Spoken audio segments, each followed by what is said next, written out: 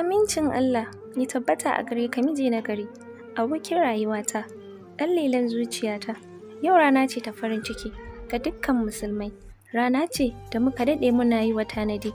Ya Allah, ka ƙara faranta wannan bawan nakan, ka yaye masa baƙin ciki da damuwa, ka yi masa tsari da tsarinka, ka yi masa jagora a dukkan lamarinsa, alfarmar Annabi Muhammad sallallahu alaihi wasallam.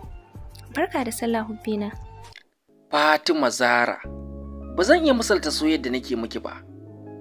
Ba zan iya misalta shakuwar da zuciyata ta yi da ke ba. Ban san yaushe ne zuciyata za ta daina bugawa domin soyayyar ki ba. Haka zalika, ban san yaushe ne zan iya rabuwa da ke ba. Amma tabbas, na san abin da zai iya faruwa da ni a duk lokacin da na rasa ki a cikin rayuwata. Dakatawar bugun zuciya, ɗaukewar numfashi, da kuma shure-shuren fitar rai. Waɗannan su ne abubuwan da za su faru da ni a duk lokacin da na rasa ki a cikin rayuwata Fatima. Ina son ki Zahra. Ina ƙaunar ki. Ki fahimci irin son da nake miki. Soyayya ce ta musamman. Soyayya da ni kaina ba zan iya misalta miki ba. Wannan sako ne daga ni masoyinki. Abba, zuwa gare ki masoyata Fatima Zahra.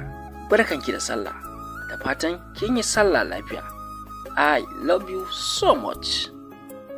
A wannan rana ta musamman nake tura saƙon gaisuwata zuwa ga wacce ta kasance ta musamman a cikin rayuwata. Barkanki da sallah masoyiyata, gimbiyata, aminiyata. Hakika dukkanin 'yan mata kin musirata, zuciyata kin sace ta. Da so samu ne na dinga yawo da ke a duk inda zan je, domin kuwa buri na hako da yaushe mu kasance a tare har abada. Ya Allah, ka kare mu wannan baiwa taka, ka yi mata kamar yadda ka saba yi mata. Ya Allah, ka raba ta da sharrin mutum ko aljan. Ya Allah, ka yi riko da hannunta a dukkanin al'amuranta, alfarma Annabi Muhammad sallallahu alaihi wasallam. Barkanki da sallah masoyiya, a bar kauna, a bar bigina. I love you so much. Alhaji Kawu da Amina kenan, masoyan gaskiya. Idan rana ta fito, tafin hannu baya kare ta. Alhaji Kawu da Amina kun zarce magauta. Soyayya kuke yi wacce take cike da tsafta. Na hango kun dace da juna. Alhaji Kawu, furan so ka baiwa Amina. Amina ta karba, a fadar ta ka zauna. Ko cikin birnin masoya ku ake nunawa. Matsayinku a kullum ya zarce na kowa. Ina muku fatan alkhairi Alhaji Kawu da Amina. Masoyan gaskiya kenan. Barkanku da sallah Alhaji Kawu da Amina. Allah ya maimaita mana. Assalamu alaikum warahmatullahi ta'ala wa barakatuh, ƴan uwa da abokan arziki.